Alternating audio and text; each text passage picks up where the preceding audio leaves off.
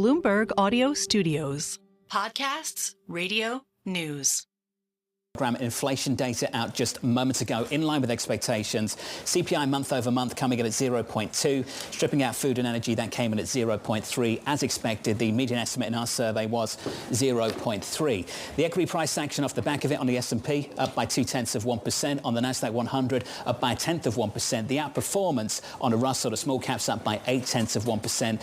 As you'd expect with this move in the bond market on a 2-year, 10-year and 30-year, yields lower across the board. The 2-year down by 8 basis points, the 10-year down by about 5 basis points. On the 30-year, we're down by about 3. If you check out foreign exchange, switch up the board and get to FX, we can look at where the euro is right now. We are trading just a little bit more positive off the back of that data, 106.43. I'm pleased to say that responding to this economic data now is the Minneapolis Fed President, Neel Kashkari. President Kashkari, good morning. Good to see you again. Good morning. Good to see you. Great to catch up. I saw some comments from you yesterday, and for our audience that might have missed them, I'll share them with our audience now. We can pick up on them. There'd have to be a surprise on the inflation front to change the outlook so dramatically. If we saw inflation surprises to the upside between now and then, that might give us pause for December. It'd be hard to imagine the labour market really heats up between now and December. That's just not that much time. Inflation data out just moments ago. Anything in that to disrupt this easing bias that seems to have gripped the Fed over the last few months? First of all, it's very fresh data, so I haven't had time to go through it in a lot of detail. But at least on the headline level, it seems to be confirming the path that we're on. We've made a lot of progress in the last year or so, bringing inflation down. I need to go through the components of that release, which I have not done yet. But generally speaking, goods inflation is back down to where we want it to be, where it was pre-pandemic. Services inflation, which is tied to wages, is gently trending down. And then finally, housing inflation, we know, is a lagging indicator. We know that it takes a couple of years for the new leases to turn over. And the new leases are showing that we're headed in the right direction. So right now, I think that inflation is headed in the right direction. I've got confidence about that, but we need to wait. We've got another month or 6 weeks of data to analyze before we make any decisions. One of the things that has been very noticeable over the last week is the change in investors' views about where you're going to end up. If you're looking at SOFR futures right now, they only price in about 75 basis point cuts between now and the end of 2025. Are we entering a period, because we don't know what Donald Trump's policies are actually going to be, where the dot plot, the summary of economic projections are kind of off the table, can't really put a lot of faith in them, and that maybe you're in the Lael Brainerd attenuation phase where you slow down everything and people should expect not a lot of guidance from the Fed? Well, the dot plot is something that at times, I'm glad we have it, and at times it's more of a frustration that we have to fill it out because there's so much uncertainty about the economic outlook. Over the past year or two, I've been surprised at the resilience of the U.S. economy in the face of seemingly quite high policy rates. Yet the labor market has stayed strong and the economic growth continues to surprise us. So for me, I've been asking questions about where's the neutral rate for the last year or two. That's not about the election. That's just about how the economy has been performing over the past year or two. And so, for example, there's been revisions that suggest that productivity is now higher than it had been in prior years. If that higher productivity environment is maintained, that would tell me we're probably in a somewhat higher neutral rate environment. Again, that's not about the election. That's just about how the economy has actually been performing. And so for me as a policymaker, that's what's leading to my own uncertainty about where is our ultimate destination. And I think that people are raising questions about what is the new administration going to do? What is the new Congress going to do? I think that's also adding uncertainty about ultimately what's the growth trajectory of the U.S. economy. Well, Tom Barkin said yesterday, your colleague from the Richmond Fed, that right now there's no way to know. So one has to just kind of assume that things are going to be maybe stuck, inflation stuck above 2%. Would you join in that sentiment? I'm not sure that I'm ready to say that inflation is stuck above 2%. I think it's right now running in the mid-2s on a PCE basis. And as I said earlier, goods inflation is back down. Services inflation is tied to wages, and wages are gently trending down. And housing inflation, we know, is going to take a couple of years before it completely before the new leases roll all the way through the housing inflation. So I have confidence that inflation is headed in the right direction. Is it headed there fast enough? Do we want it to get there more quickly? We will see. But ultimately, that and the labor market are going to guide our policy decisions. Well, back in September on the labor market, you said that the balance of risks had shifted towards a more weakening labor market.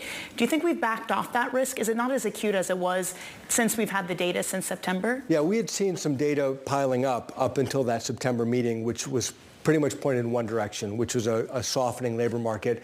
We then had a surprise on the other way. The labor market looked stronger, but then a reversal in the subsequent job report. And so I still think the labor market is softening. A 4.1% unemployment rate is a good unemployment rate. It's a good labor market. It's not as tight as it was a year ago or 2 years ago. So it's unquestioned that it has been softening. And right now we're at a good place in the labor market, and we want to keep it there. I do a lot of outreach to businesses, large and small, around my region, as well as labor unions around my region. Generally, what I hear is cautious optimism. People feel good about the outlook, but there are some trends that it's slowly softening, and we just want to watch that carefully. Neel, the election. We've got to talk about the election. And I know it's a difficult moment for the Federal Reserve. I think it's a difficult moment for monetary policymakers worldwide, for that matter. The chairman dealt with it in the news conference and was pretty clear. We don't speculate. We can't make assumptions.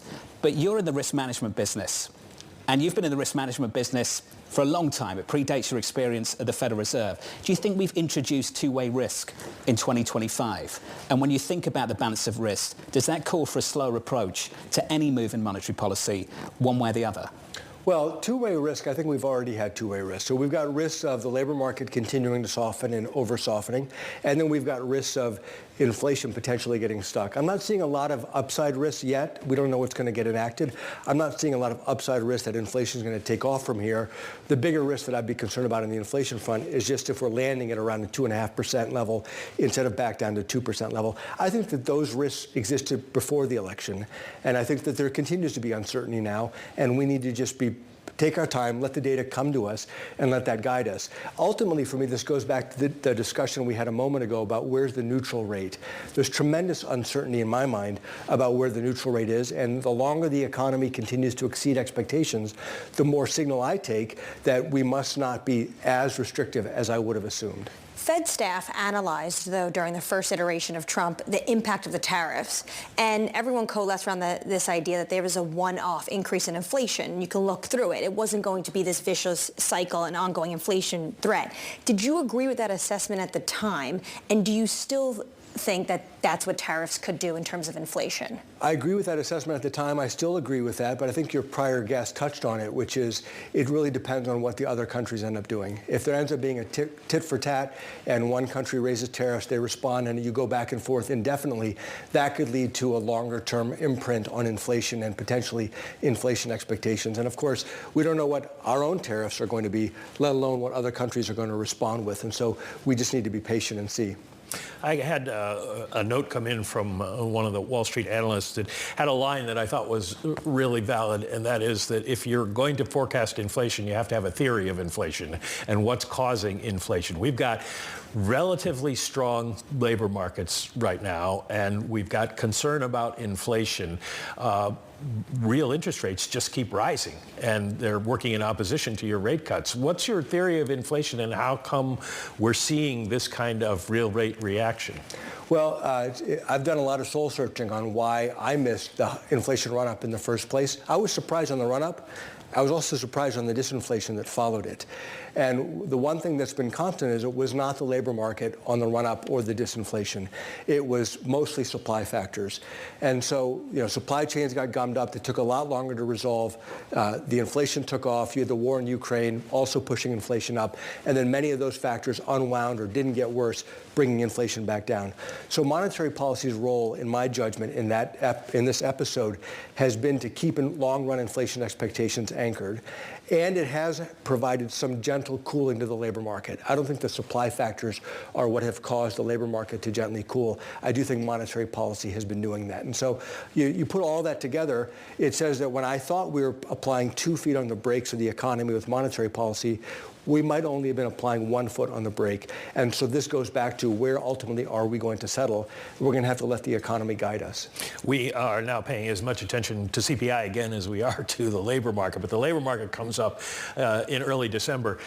We had a really, really strong September and a really, really weak October. Where is the labor market as far as you're concerned? I think the labor market is in a good place right now. Again, the anecdotes that I get, I look at the data, the official statistics, which always have uncertainty. There's even more uncertainty about the labor market statistics, not just because of the hurricanes and the Boeing strike, but because of the large immigration flows, which we're not exactly sure how big they are, and they're time varying. So what is this month's break-even level of job growth? Your guess is as good as mine. So I look at the official statistics and then I marry it to what we're all hearing, my colleagues and I, from all of our contacts around the country. The labor market right now is strong. It's a healthy labor market. Jobs are available. Businesses are feeling good. We want to keep it that way. And so as we get the data in, I'm going to continue to do my own outreach, and all of the other presidents are going to do their outreach to the businesses, large and small, and labor groups to get a sense of, is the labor market cooling slowly, is it heating up, or is it cooling quickly? And those will be important judgments into our policy deliberations. Your former colleague, Bill Dudley, wrote a Bloomberg opinion piece earlier this week, basically saying that there's this possibility that Trump enacts policy quickly and forcefully in a way that doesn't give the Fed enough time to respond and without the proper tools to respond. Is that a concern you also share?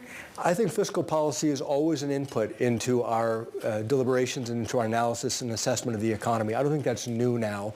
And it's not just U.S. fiscal policy. It's what happens with other countries, what happens with our trading partners. And so that type of uncertainty, we're used to dealing with it. Obviously, we would like to have less uncertainty. That'd be great, but it's the world that we live in, and we will take all the information we can as we get it and incorporate it into our thinking. Speaking of uncertainty, there's been a lot of concern about what Trump 2.0 would mean in terms of jawboning the Fed and how he felt about Jay Powell. The FOMC had this plan during the first iteration of Trump that maybe they even move Powell to chair of the FOMC if he was going to take over the chairmanship of the actual Fed.